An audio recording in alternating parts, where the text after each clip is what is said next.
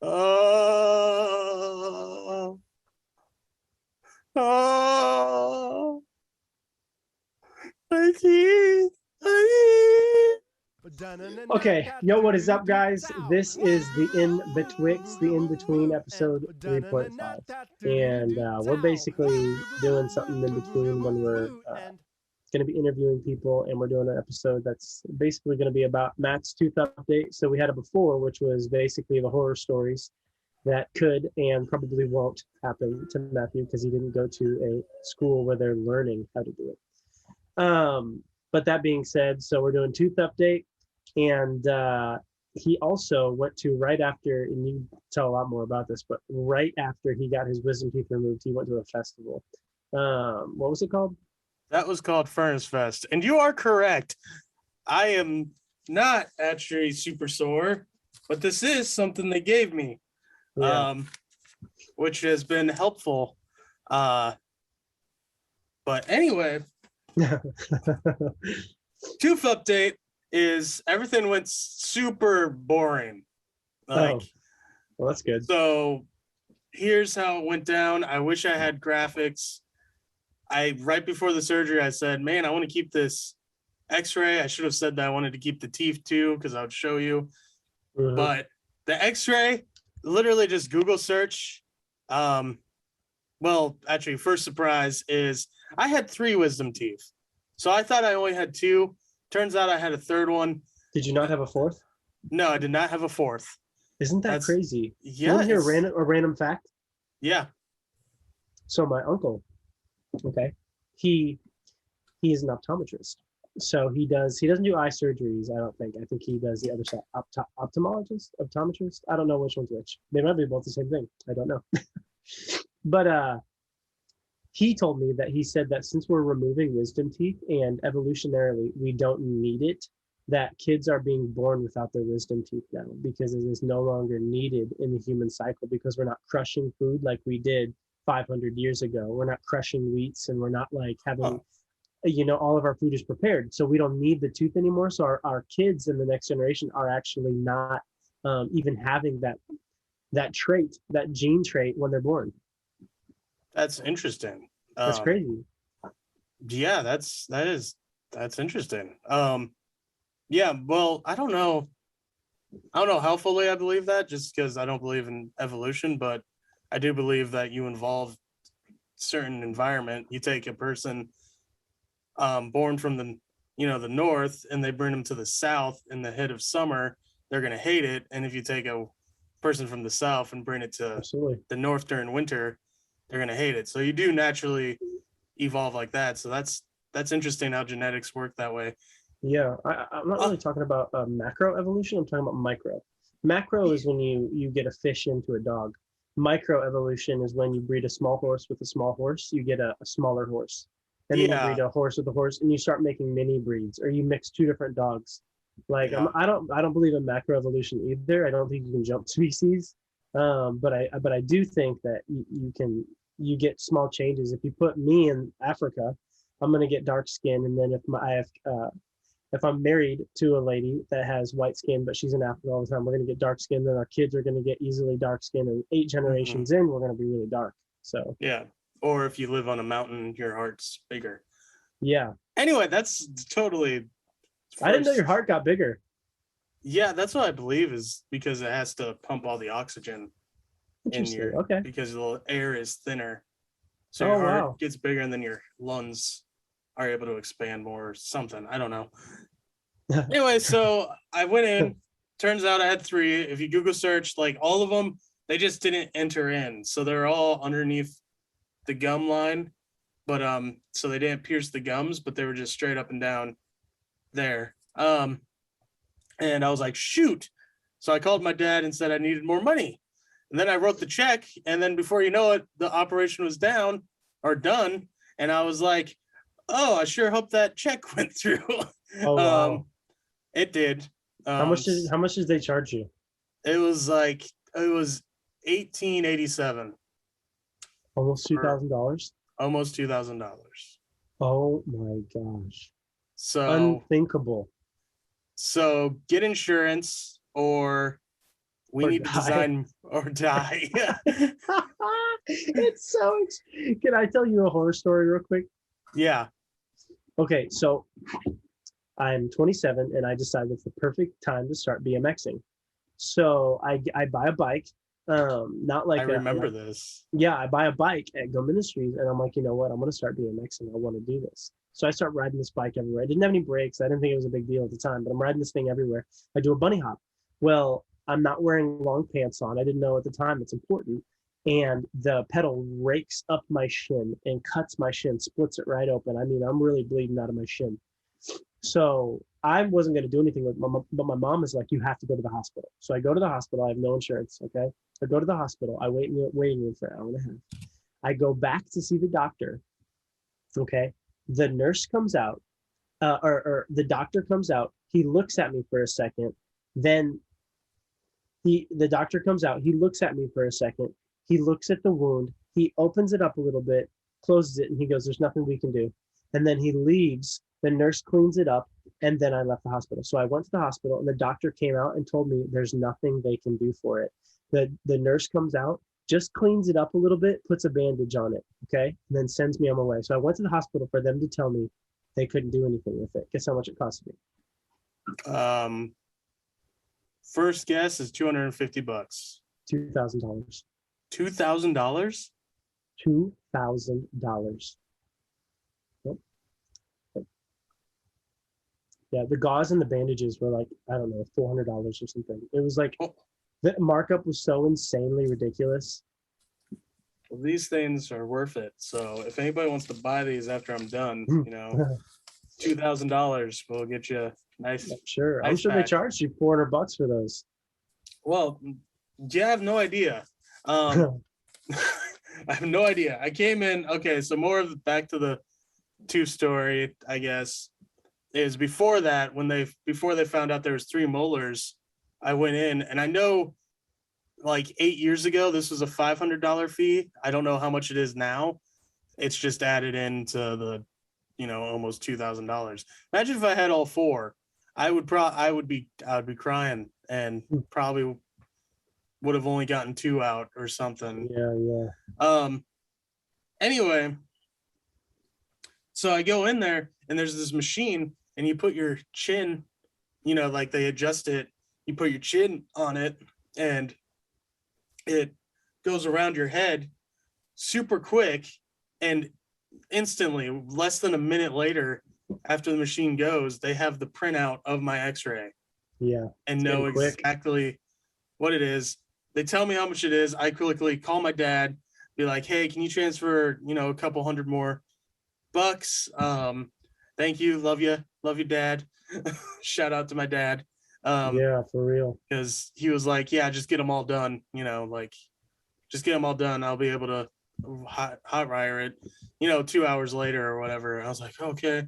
So I write the check out, and then I go into the back room. They, it was right after their lunch. And so there's like 4 nurses, like 4 women just in there working. And one of them's like, yeah, we just got off lunch, so we don't have a lot to do. We don't all need to be in here. Yeah, I'm like, okay. And so they put on, the pressure thing. At this point, I'm like, is the money going to transfer? So I'm even more nervous. Yeah, like, that's me too. I'm about to have surgery. Is the money going to transfer? My heart rate is, I can hear it. They put it on. They put on the little clip at the end, and then they put like to see the inside organs, they put like a little thin here and a thin here and then a thin down here. It's so that you can read the heart, I think, and read. And anyway, so they do that, and then the doctor comes in and they put like a mini IV. First, they tie me here like a mini tourniquet, or if you're gonna do something else.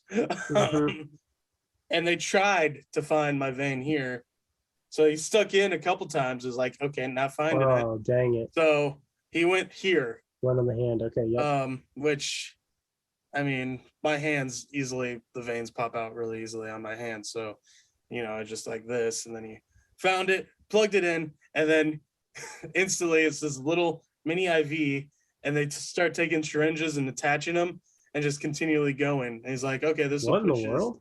He was like, this is gonna put you to sleep or make you sleepy. And I was just watching it, and I was like, when is this gonna? And then I was out. Oh wow! You're like, when is So this gonna work, man? And then you wake up. yeah. And so I remember I have fading memories of laying back, and I remember them doing something. And then also before this, I had to take my watch off, and I had to put my phone in a bag. Why? So, I don't know. And then I also had to take my glasses off, and they're like, do you need to see with my glasses? And they're like, yeah, we'll put them on. Anyway, I wake up.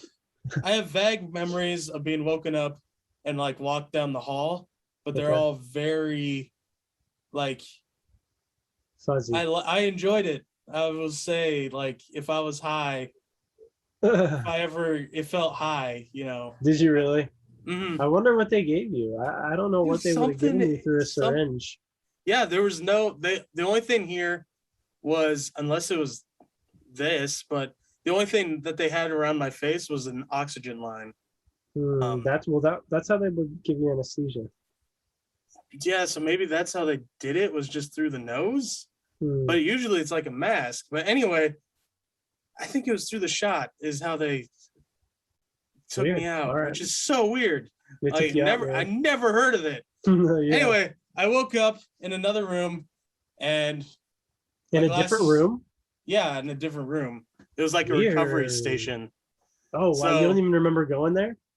Well, I kind of said I have faint memories of being woken up. But I remember I woke up and I was coherent. And I was like, well, that was it. I was looking at the time, literally like only an hour passed or less than an hour. And I was sitting there, I was like, where's my phone and where's my watch? Because I want to make sure that the money transferred. Yep. And I don't see either of those. And then the nurse, like, I wanted to get up, and the nurse was like, oh, don't get up. And the only weird thing, looking back, it was kind of weird. It really wasn't that weird that I said to the nurse, you must have a really fun job, because you watch people go under, and then you watch them wake up and be goofy. That was like all that I said. Otherwise, I was pretty coherent. And with Jeremiah and James, they're the ones who drove me there. So they stayed in the parking lot the whole time. Oh, wow. So this is how fast it is. He just said that I was really happy. And so really? I was really happy. I then proceeded to I went home and I ate like some Jello and stuff, and they had me on a drug that I'm done with now. It was like this, some type of thing to fight infection from forming. Yep. And then Z-Pack, they had maybe azithromycin. Yeah, something like that. And then they had a painkiller and then a medicine for nausea, which I only used the nausea twice. And I ran out of the painkiller already too. Had some gauze, so the first night it was a bunch of gauze, and I just laid there and watched. I was watching like Batman. Oh, really? Funny enough, I was in the mood to watch Batman animated cartoons. Oh, those were the best. Those were the classics. Yeah, well, it was the same day that it was Batman Day. Oh, really? Coincidentally, because I looked it up and I was like, whoa, it was either today or yesterday. It was Batman Day. And that's what I wanted to watch, was Batman. That's good timing. That was great timing. Did you watch it on TV or something? Yeah, on HBO. So okay, cool. I have they have the animated ones on there, don't they? Yeah, they do. So what the people don't see, and my side camera broke, so I can't, or not broke, but it's dead, so I can't show you. But right over here, I have a TV, and right there's my bed, which I always try to make quick before shooting. But anyway, so I have a smart TV right there with the HBO Max app and the phone app to control my TV. I just, change the channels and do whatever. You can control your TV with your phone? I can. What? I can. I didn't know that. So my phone, so I can just do that, and you're not gonna be able to tell, but my TV will turn on. Wow, that's pretty cool. Turned on. So nobody can see that, but yeah, it's the Roku app. It's pretty. You know what's crazy? Nifty. I think people are going less and less towards like broadband television and more towards just having streaming services, and then their TV can hook up to it. Oh, for sure, because I never had like cable or anything. Yeah. Anyway, so that was Tuesday. Wednesday was a full recovery day, and then Thursday, my brother and my friend Ryan drove all the way down. Well, actually, no, they drove all the way down Wednesday night, right? Yeah. So they drove all the way down Wednesday night. I'm fresh from surgery. By this point, the gauze is already out. I drank pineapple juice beforehand. That works like a charm. I was barely bloated up. Wow. When they removed the teeth, I felt great because I was like, well, I'm not having that sharp pain anymore. The tooth is gone. I have this weird pain now of scarring, and I can't open my mouth really loud, and I can't scream and yell like at all, but otherwise I felt great, and the blood clotted, so I didn't have a dry socket. Like the only thing is this side bothers me more than this side. For now. So that one's a little more sensitive. But anyway, they came down. We hung out, found where the festival was. Thursday, went to the zoo, had a fun time. Oh, and cool. Then Friday came around, and we went to the music festival. I just realized we didn't really skip a thing, but we have a quick segment that Charles can introduce, a challenge, you could say, if you want to share that. I'll do it. Okay, so basically, when we get to 50 subscribers, we are going to give $50 to one of those subscribers. So if you've made it this far in the video, subscribe. Get your buds too. Because seriously, if we get to 50 subscribers, what we're going to do is we're going to give $50 to one person. We have, I don't know if you have it on the ready, Matt, but we have a bingo. I don't know what it is really. Actually, I think it's the same thing they do the Powerball with. But basically, it's one of those rotaries that you turn. It has the balls in it, and then you stop it at one point, and then you pull the ball out. And basically, you choose, one of the winners. So we're going to do that with one of the first 50, and then maybe we'll do 100 milestone, 200, yada yada. But anyway, subscribe, and you guys might win $50. There's the thing. Yep, that's it. We'll use the Bingo Cage Set Deluxe Medal. It'll be good. And then I think the last thing is up to okay, here we go. There it is. We have this. So it's pretty cool. Yep. You turn and burn, player. Wait. Why is it? I think you're going backwards. I was going backwards. Yeah. So no. Whoa! 50. No way. 50. Yes. Wow. Yes way. Mind blown. That was crazy. Okay. So yeah. So get in that. We'll randomize it with that thing. Now on to the rest of my story, which is Furnace Fest. The party hard. The going in. The will not quit. Thine won't relent. Yes. So back in so I'm going to share some of what I have heard from other podcasts, kind of an intro beforehand. So Furnace Fest, it was a festival that started being planned by this guy, I know Chad Johnson is his name.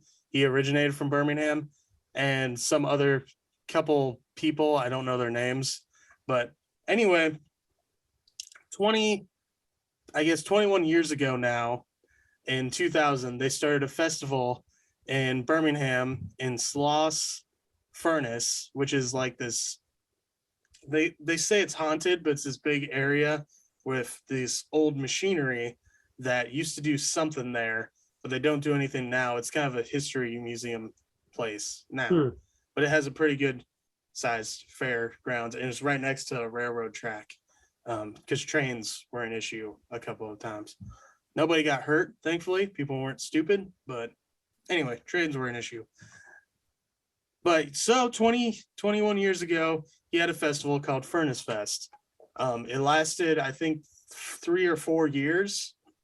And in 2019, a friend of his was like, dude, we should do the 20-year anniversary.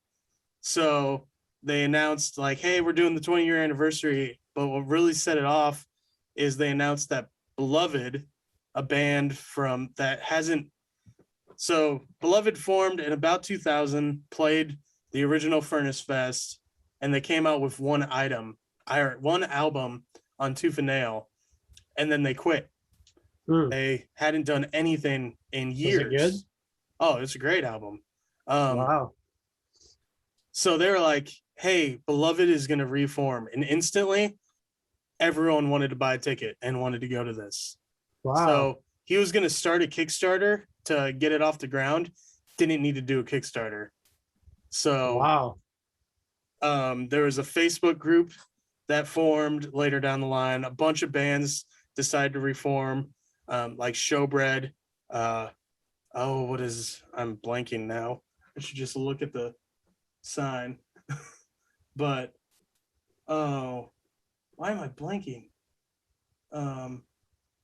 Comeback Kid came back for it. August Burns Red played, but they're still a band and active.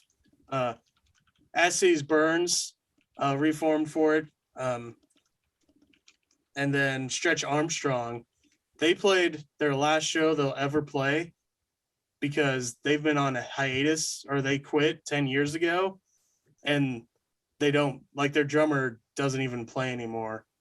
But they played.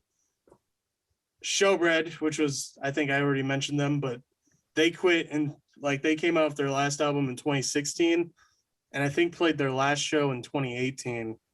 That's the Mouth Like a Magazine band, yep. right? Yep. Like and I've seen them live a few times. This was the first time with all original members. Oh, really? Yeah, I never saw them. Wow. Anyway, so basically all of them were like, they were announcing all these bands, and then COVID hit. And so they shut it down because this was supposed to happen in 2020. They pushed it back to May, and then they pushed it back again to September 2021. And they did it. And this festival was basically, Chad Johnson's heart was, this festival, you're free to do whatever you want. So this isn't a Christian festival. It was started by a Christian, like Chad Johnson is a Christian. One of the sets before Beloved, he prayed over the set really quick, like a generic prayer, but which was super cool. But this is welcoming to anybody. Anyone can come. And so it's more adult. There was beer that you could buy and people were drinking and stuff. I didn't drink at all. There's also a lot of people like smoking weed and stuff because you could smell that in certain areas. Yeah, that's festival. Yeah, there was a bunch of people doing the vape and stuff. But otherwise, he's just welcoming to everybody, which I think is pretty noble to be able to just, everyone's welcome. Because that's how we ultimately, how to reach the lost isn't just to preach to their face, and it's to love on people first, and then, Yeah, no, certainly. There's something Todd White says that it goes right along with what you're saying. He said, when you're talking to people to get them saved, you're not looking for converts. you're looking to sow seed. Mm-hmm. And if everything in your life, if you're trying to sow a seed in somebody's life, whether it be financial, whether it be a kind word, whether it be a word of wisdom, whether it be a word of knowledge, whatever, these are seeds that are going to reap a harvest in their life because you're sowing it. Mm-hmm. But if you're looking for a convert, it's not even really biblical. It doesn't say everywhere, it says to preach the gospel to the whole world. But in preaching the gospel, you're not looking for conversions. It doesn't say look for conversions. You're sowing seeds of the gospel. So anyway, I agree with you. Yeah. So yeah, it was super cool. It was such a fun experience. So I grew up going to quite a few music festivals, like Sunshine Music Festival, Lifelight Music Festival, Bash on the Farm, which was started by people who went to, started from people from my church, and it was on their farmland. Oh, wow. So anyway, I grew up going to festivals, and for 5 years I was in Go Ministries, so in my time there, wasn't able to go to certain festivals, and a lot of the festivals we used to go to died off. So I see. That scene's kind of been dying for a long time and finally did die probably in 2018 or 2019. But this festival, there was between 9 to 12,000 people each day. Oh my gosh. Yeah, this is a big one. It was packed out. We were crammed in. Some stages were just too tight. Like they had this giant shed that used to do machinery. It was sloped down. So you climb up and then it slopes down and then it levels off and then there's the stage there. That whole place was packed out. Oh, wow. If you were in the back, you couldn't even see. That is awesome. The only problem was sound noise from there. It was like a sound canyon directly to another stage. But if you're close enough to that other stage, you could see them. Like when Further Seems Forever played, me and my brother and our friend, we were like, shoot, we could either get to that side of the stage and hear Further Seems Forever, or we could be way in the back and see them, but hear whoever's playing in the other stage. Oh, really? I see. Wow. Yeah. So, but super blast, all that to say. But there's some disheartening things, and that was there was a lot of used to be Christian bands on there cursing up a storm or not even saying, like, just not showing Christianhood at all. And that's where I come with this topic point of faithfulness is still the rebellion. And that comes from what Josh Porter said from Showbread, because they put on an amazing set, so incredible to see them.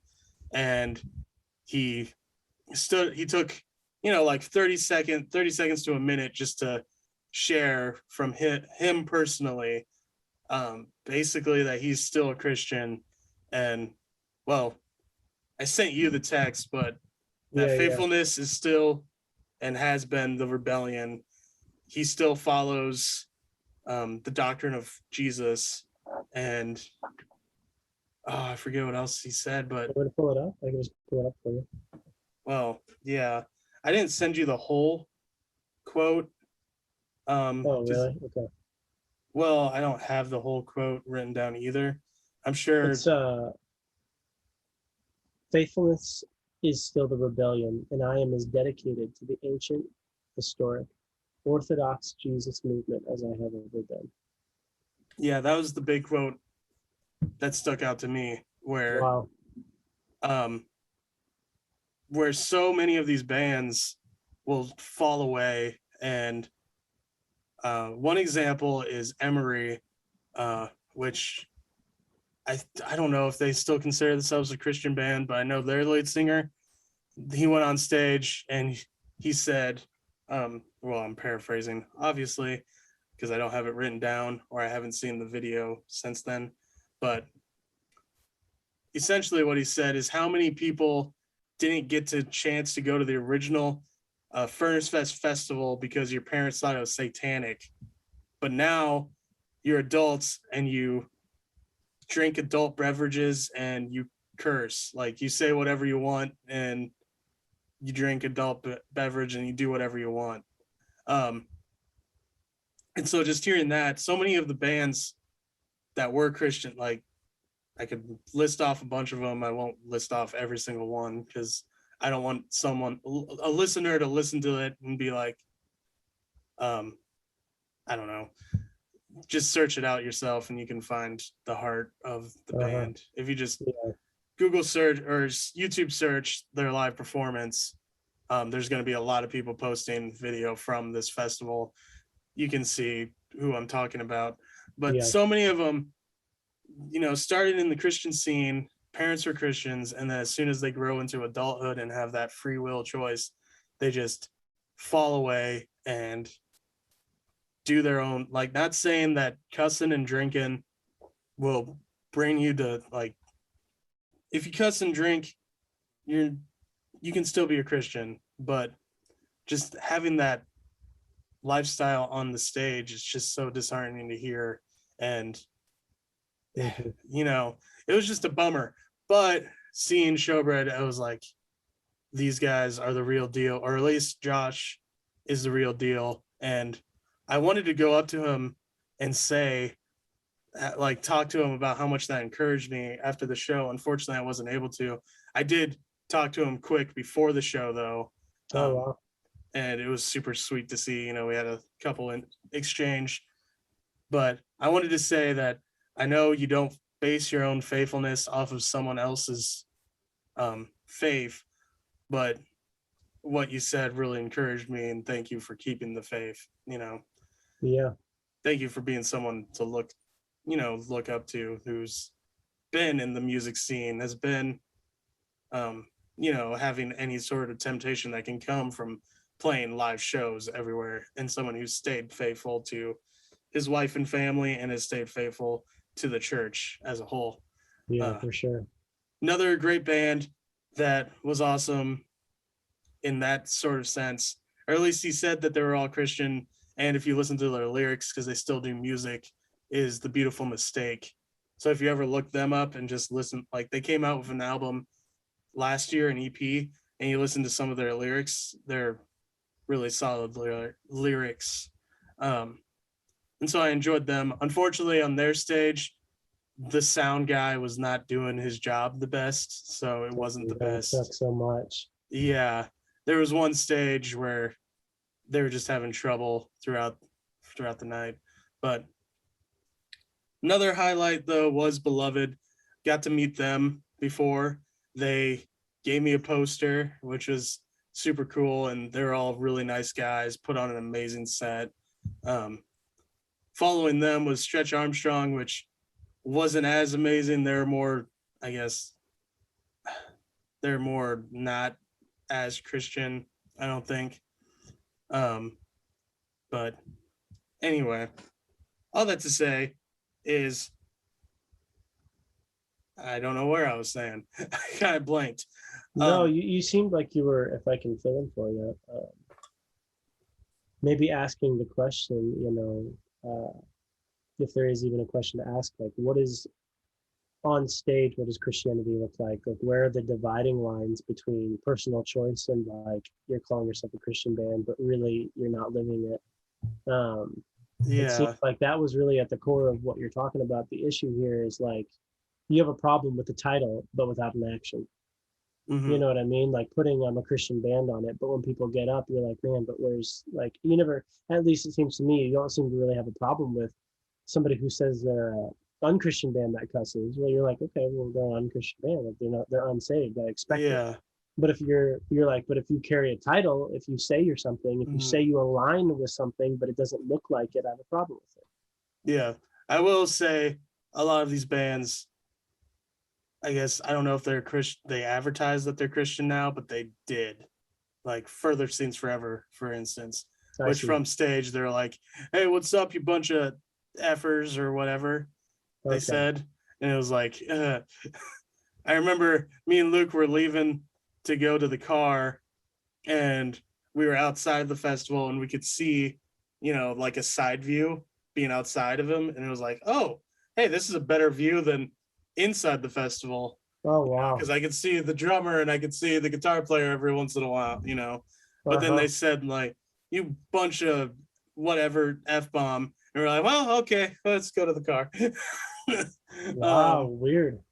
But I will say one thing: your lifestyle impacted me, and a decision I made during the festival, which was during Killswitch Engage. They were the last band to play.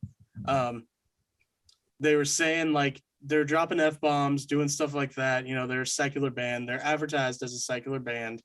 Right before them was August Burns Red, which love their set. And August Burns Red, I know two of the members are solid Christians. The drummer, Matt, and Jake, the lead singer, they pray before shows and stuff.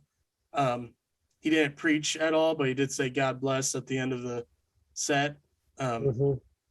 So they actually live it out, which was really good. But Killswitch Engage went on, and instantly they're just dropping F-bombs.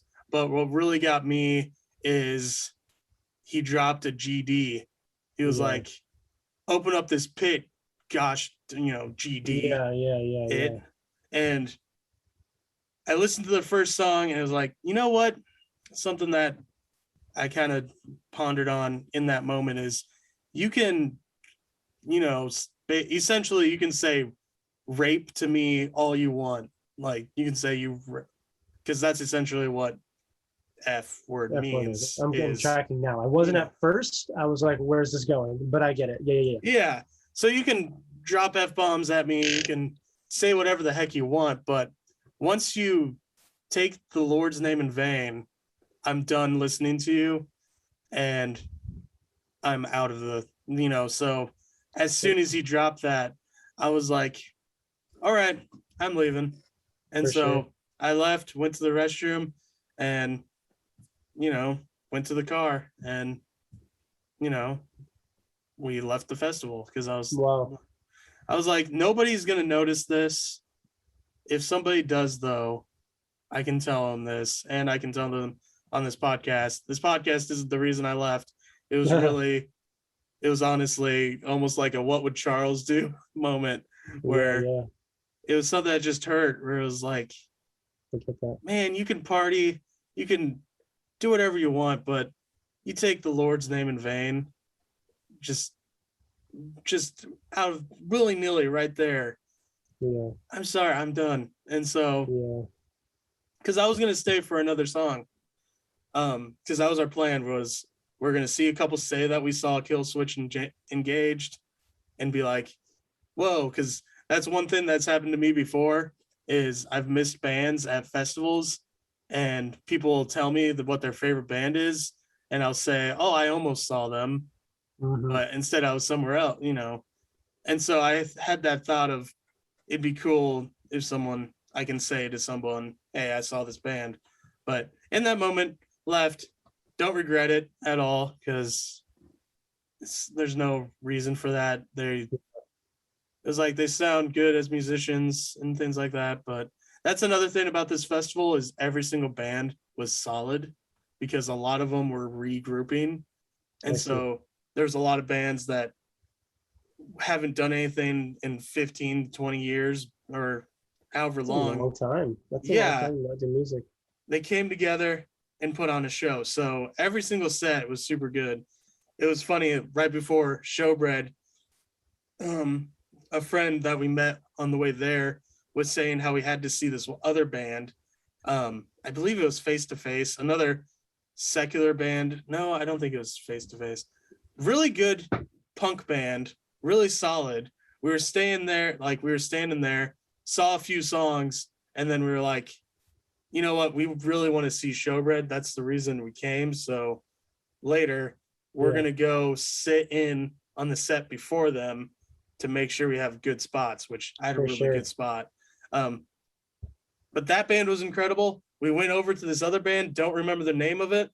Another really incredible band. You know, wow, yeah, 40-year-olds up there just doing what they do, jamming out. It's funny because when you think of punk, you think that teenage angst or that rage or that early 20-year-olds, but all of them were 40s to 50s. But they were killing it. Yeah, they were killing it. Like wow. Dave Zaker was killing it. And it's these 40-year-olds who are playing the songs they played when they were in their 20s, and they sound the same, but they're just, you know, way old. older. Yeah, wow, still got it. Yeah, they still got it. So still got it. All that to say, it was like, there was a lot of amazing bands. There was one band though that creeped me the heck out. That were so weird. And in my section, it was Deaf Heaven. So I've never heard of Deaf Heaven. It's DEAF Heaven. I see it. Deaf Heaven. Okay. All one word.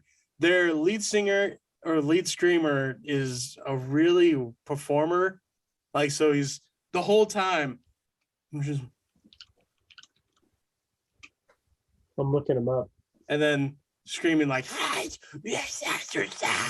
can't really scream because of my missing teeth, but it was like that high-pitched scream. So it was a mixture of, it was so weird. The friend of ours, though, really enjoyed it. But what I didn't enjoy is zero interaction with the crowd. Like, no, hey, what's up? How's it going? We're so thankful to be here at Furnace Fest. You know, we're Deaf Haven. Let's go. None of that. It was all like, literally the only time he addressed the crowd was, you guys have been fun, Furnace Fest. We have one last song. This goes out to some guy, RIP. You know, take a listen. That was it.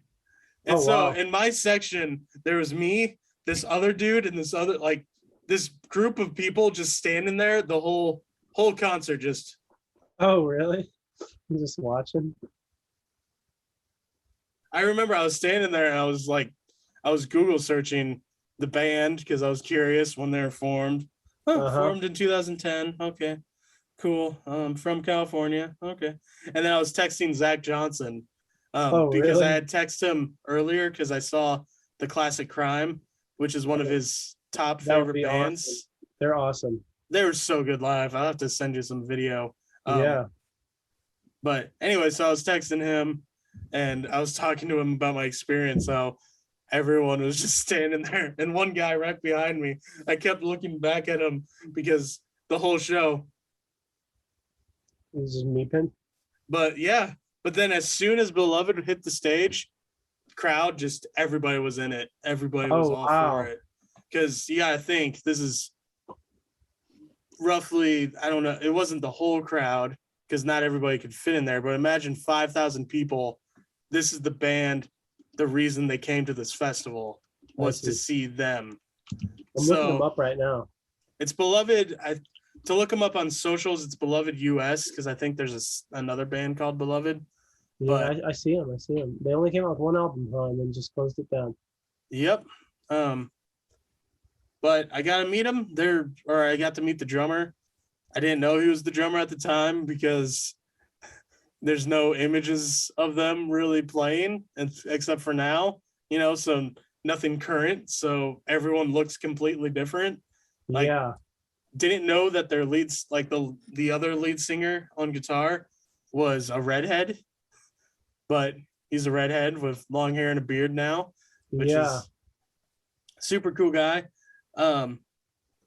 Anyway, everybody was just loving it. That's the time when Chad Johnson came out and he said how everyone's welcome, no matter what, you're all welcome here. I see. You know, no matter religion, no matter sexual orientation, stuff like that. You know, things that I don't necessarily agree with, and I don't know if he necessarily agrees with either, but it's true. They're all welcome there. And then he's like, now if you just let me pray over this, and then he prayed over the set, and then they went, and it was awesome. It was an experience that I'll never get to experience again. Or I don't want to say that. It's an experience that I never. You don't think they'll do it next year? Well, they are. Well, that's the thing. They are doing it next year. I don't know who's going to be there. That's the thing. This was a one-off, but the last end of the night on the main stage, they said, "See you next year." So they are doing it again. Got it. But I don't know who's going to play. Now, are they on Spotify? They should be. Okay. If you want to look them up. I can't find them, but whatever. Yeah, I can send you the album. But okay.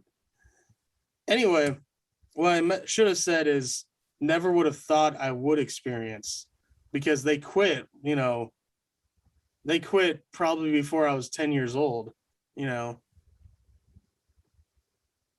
fact, yeah, they quit for 15 years. So it would have been right when I was 10 years old.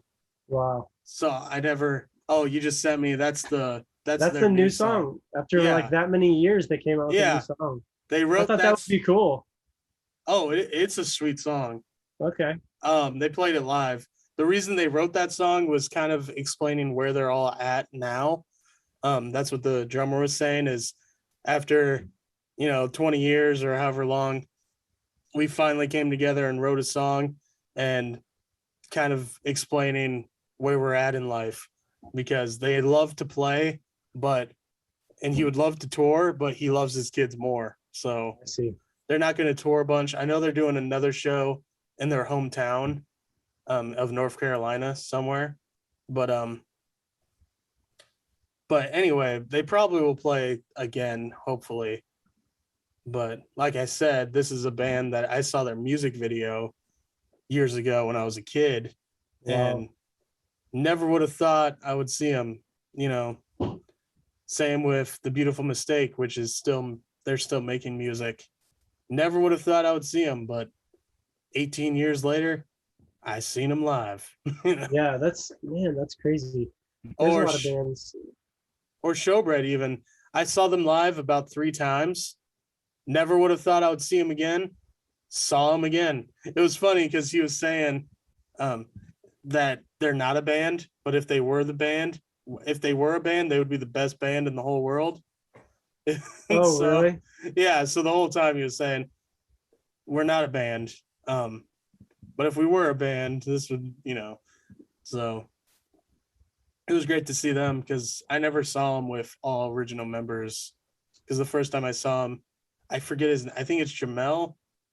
I could be wrong, but the black guy in the band had left the band the first time I saw them live.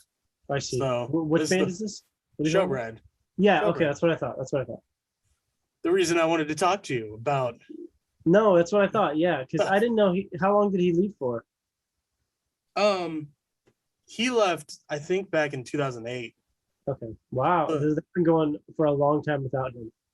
Yeah, they were, and then they came back together at the very end to release their final album. So he's on the final album, and then they called it quits. And I think officially in either 2016 or 2018 they were officially done, and then out of the blue they came back together for this event, which I guess they all loved. So that's what I heard, is they loved it, and I loved it. Everybody else loved it. They were awesome. More things about the festival is they did it really well. You had to either test negative for COVID or have a COVID shot or whatever. Yep. So I tested negative and was able to get in just fine and got my ticket. Awesome. So they only asked you the first day. So that was it. The first day, the rest of the weekend, you're fine. They had water stations that were really easily accessible. They had plenty of porta potties. That's one thing they didn't upkeep the porta potties as well as other festivals I had been at, but thankfully we were coming back to my house every night, so I see. We weren't fully reliant on the porta potties. Were there some people camping? No. Oh, okay. Well, if they were camping off. This is downtown Birmingham. I see. Okay. I was worried about parking. We found a parking lot that was empty for the whole weekend.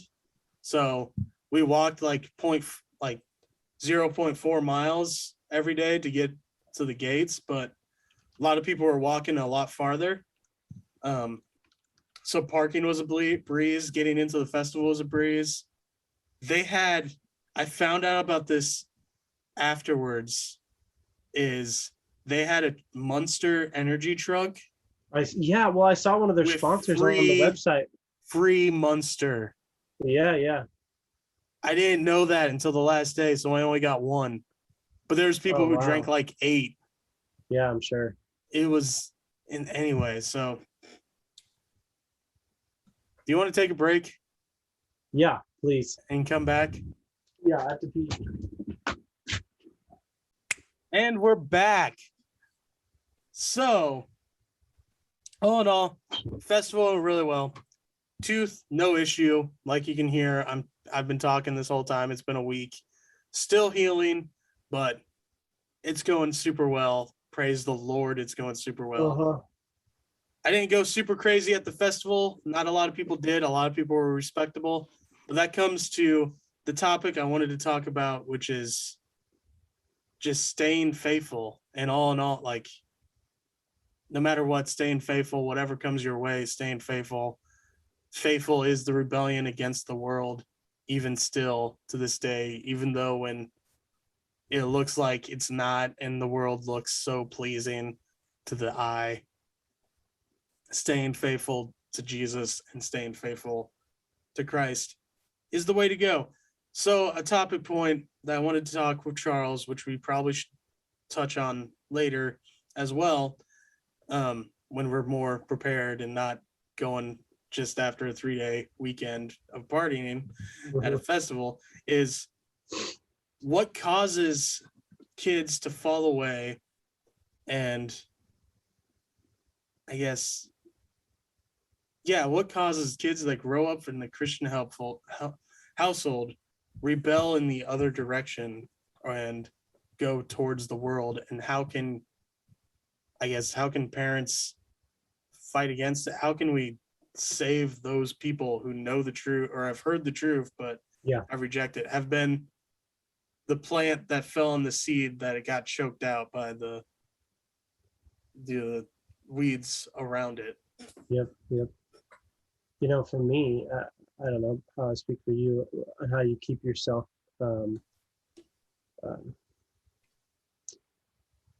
specific, poignant, like very targeted, like you have a trajectory to your life, especially towards Christ. I can tell you, at least for me, one thing that keeps me sober to stay close to God is that I have to always keep the possibility in front of me that I can walk away. What I think I can't lose, I will lose. Most assuredly, if you're like, I'll never lose this ever, no matter what, well, you're not going to have any respect for it. You surely won't, because you'll never know, not never lose it. But for me, I always think of a sober mindset. I think of somebody, like I have some buddies, I'm not going to name any of them. Typically, I wouldn't mind using names, depending on the story. I just don't want to bash them. But I have a lot of friends who walked away from Christ in just like subtle ways where they're like doing new things, and then also in really big ways where their whole lives are destroyed. And I know that that's a possibility for my life. That's a possibility for Matt's life. That's a possibility for any mom, any dad, any kid. Your whole life can be wrecked in a moment. And you know how it can? By your choices. It's that simple. And I guess for me, one way that keeps me sober-minded and keeps me, it says that the fear of the Lord is the beginning of wisdom. And so for me, I always have kind of a healthy respect for my daily routine and what my walk with Christ looks like, because I know I can lose it. And losing it is not this. Losing it is not deciding to cuss one day and drink a bunch. Losing it is this. I feel like I should read today with that. I'd rather watch a movie. And then the next day, you go and you do it again. The next day, you do it again. And then wait, it's been a week since you've read your word. And really, realistically, the real problem is you haven't spent time with the Lord. Because think about it, Paul is in the New Testament, is in prison for how long of periods at a time, and does he have a Bible with him? Like here's your prison cell and here's your Bible.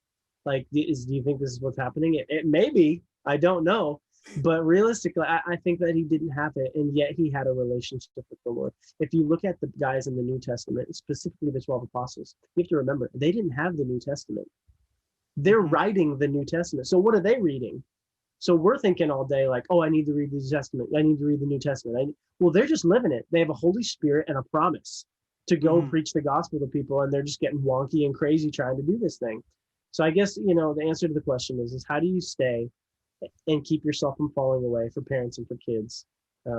I think first and foremost is by realistically just being gut honest with yourself and saying, I can lose all this. I can totally walk away and it's not going to be major and it's probably going to be subtle. And next thing you know, I'm going to be 5 years down the line and I'm going to be doing stuff that I never thought I'd be doing and it won't feel like a big deal. Mm-hmm. Yeah. It also, I think you hit the nail on the head because it also comes to time spent. You mentioned the disciples, they had time spent one-on-one in person with Jesus as their guide. That's like, if you ever watched the show, I haven't watched a lot of The Chosen, but in that show, it's dramatized, but they show Matthew with a notepad writing things down.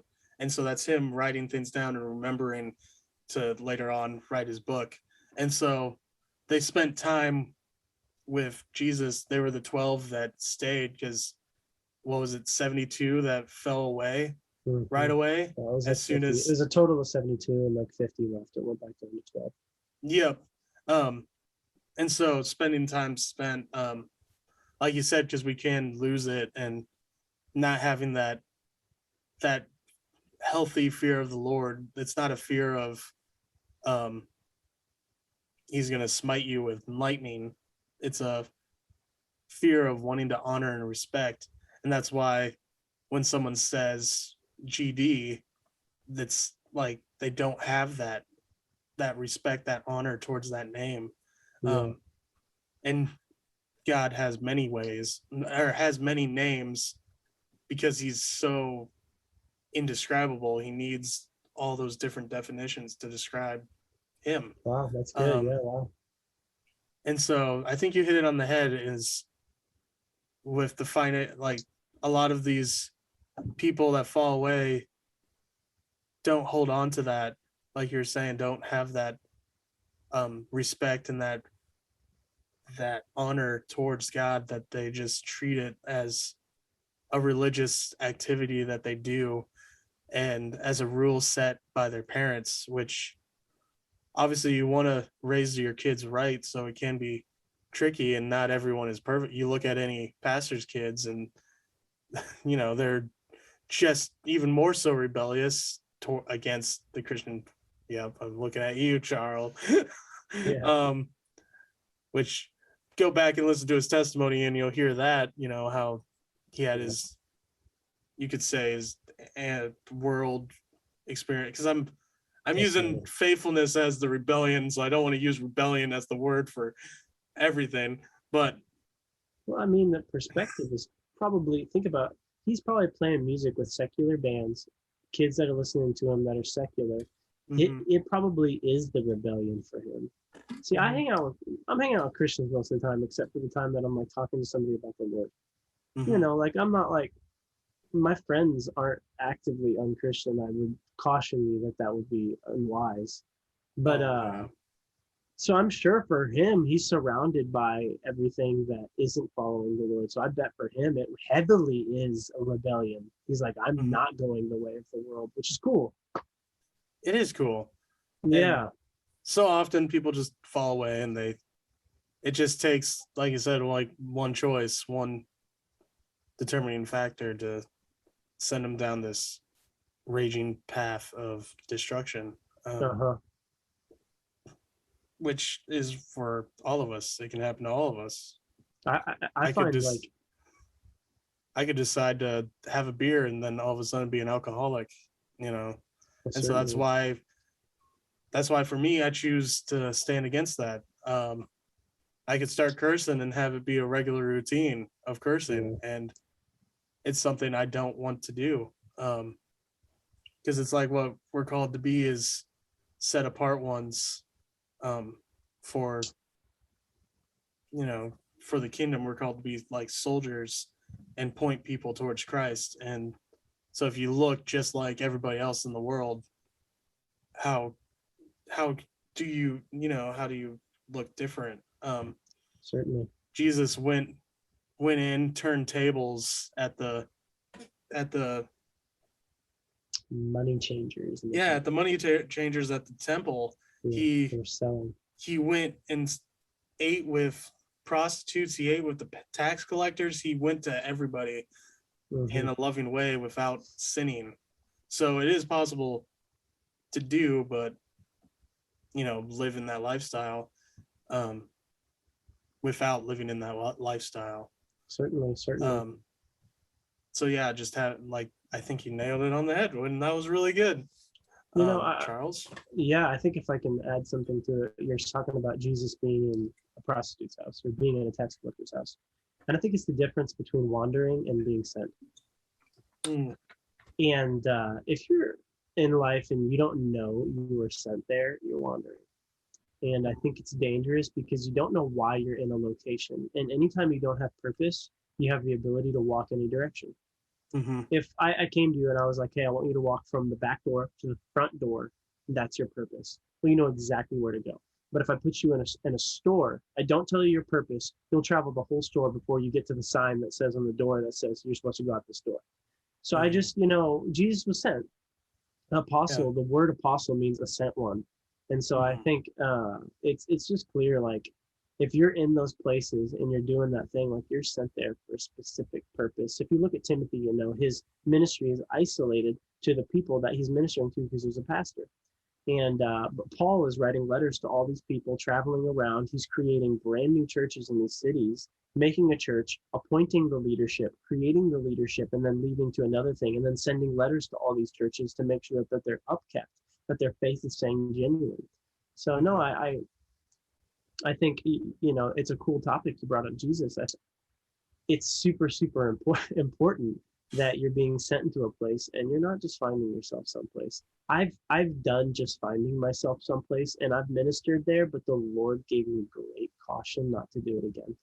One time after like my first or my second year at Go, I remember I went to a party to see my friend Jabari. Now, I didn't know it was a party at the time. His house was a party house. And so I went over just to hang out with Jabari, and a couple old friends I used to know that used to party were there. And I was like, this might be a bad idea. And so then I go inside the house to see Jabs. They're around the table. There's probably like 8 or 9, 12 open beers. There's trash on the floor. I'm talking about, this is like a party house, It's not like we like did this up really nice to have people over. It's like, no, this whole thing's trash because we never live a normal life. And then they're passing a bowl around. And the guy sitting next to me, I was talking to him about something, and I can't remember, but I ended up telling him about the Lord at this party. I'm not smoking or drinking, but I'm sitting here with all these people that are, and I'm telling the guy to my left about Jesus. And the Lord, after, he was like, Charles, it's a good thing what you did, but I didn't send you there, and don't do that again. And so I did this once more. I went to a rave that the Lord told me not to after like my second or third year at Go. And I was like, I can minister and yada, yada, yada. And the Lord told me after, he said, Charles, there's a reason why I sent people into towns in teams of 2. He said, you're alone. Don't go into a place to minister alone. Go in a team of 2. He goes, there will be a time when you enter this place again to minister the gospel. Now's not it. You need a second. Wow. So I think you just told me that for Furnace Fest 2022. Oh, that would be awesome. I've been to a festival, but it wasn't half Christian. The festival I went to was all 100% secular. People were doing drugs off of coolers right in front of everybody. I mean, it was buck wild. At this point, I'm doing drugs, but I didn't know. I've never seen it public. Like when you go and you see something that is considered private or something you don't do in front of other people, and it's like crazy public, like everybody's doing this and this, I was just like it was like a whole different universe. Yeah. Yeah. I'm joking. Last thing I wanted to say is, after coming from that weekend it was so awesome, yesterday and today were definitely bummers, Why? Well, because you go from a high of, dude, this is awesome, you're going to see live music, you're around people who all love the same thing as you. Okay. Because here I don't have, besides the Johnsons, I don't have friends that are my age right here right now that I could just go hang out with. That's why I was looking forward to talking to you and talk about the subject, because it was right on my brain. And you're somebody I can I can talk to and hang out with. For a weekend, my brother was sleeping on the couch right over there, and my friend Ryan was on the floor sleeping on an air mattress. Yeah, and that's awesome. It was cool having that interaction, that people interaction. But to bounce back to what you were saying before of knowing being sent there, just because I had a couple days of kind of a rehabs of going from super high to what in the natural is a super low, I still know that I'm sent here for being here because of so many things that have happened before this, before going to this event, helping out the church. Tomorrow we're painting the nursery and getting that all settled up. Sundays praising and worshiping with Jeremiah on guitar, me on the drums. That's it for now. That's awesome. If I wasn't there, it would just be him on guitar and a track, which I'm not super great, but being there, I know I'm supposed to be here for this season. And so knowing that is key, so wow. Well, I enjoyed that. I like these episodes of just the two of us talking subjects. Yeah, it's cool. I'm hoping that this gets some good views. Some viewage. Based on, well, I'll tag Furnace Fest because I did talk about Furnace Fest quite a lot. Did get some cool merch. Like here's a patch. This Showbread's cool. Merch tent or merch table popped up and sold out in 45 minutes. So did it really? Oh my gosh. Limited edition. I was wearing Beloved. Cool. My hair was covering it. Yeah.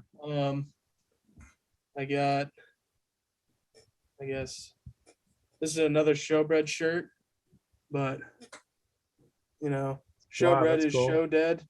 So because they don't do shows anymore? Yeah, because they're not a band. Oh, wow. But if they were a band, this is The Beautiful Mistake. Wow, that's a really cool shirt. Yeah, this was limited edition. I felt bad because I bought this and they were shutting down their merch table and they had a lot left. But so I don't know what they're going to do, but this was limited edition to Furnace Fest. Wow. Right behind me, I have an August Burns Red poster added to the back wall decoration. Yep. And then I also have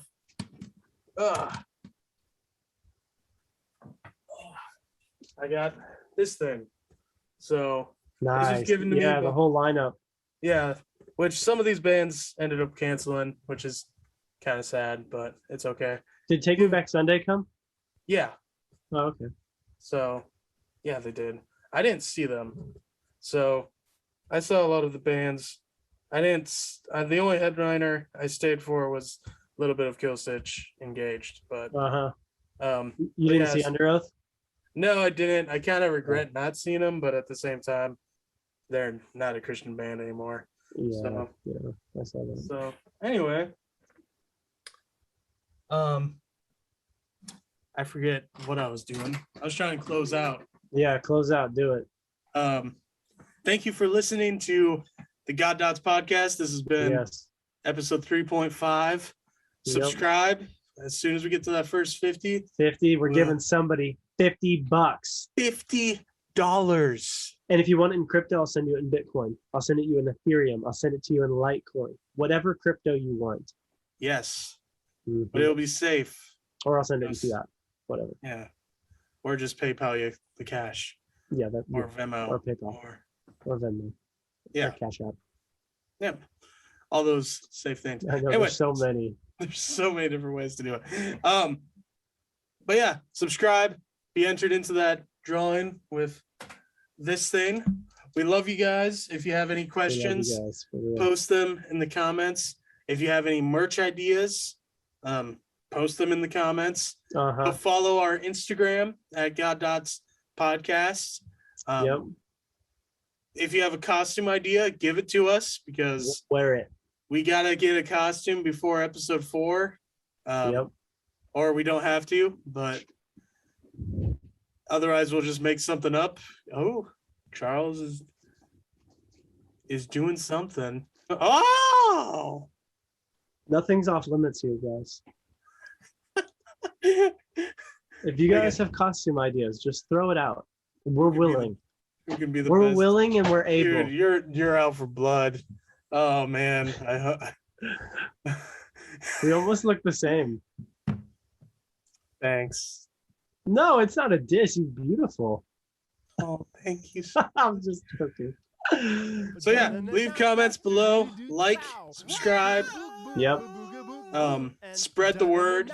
Spread it. You know, and like I said, love you guys, and we'll see you next week, Tuesday.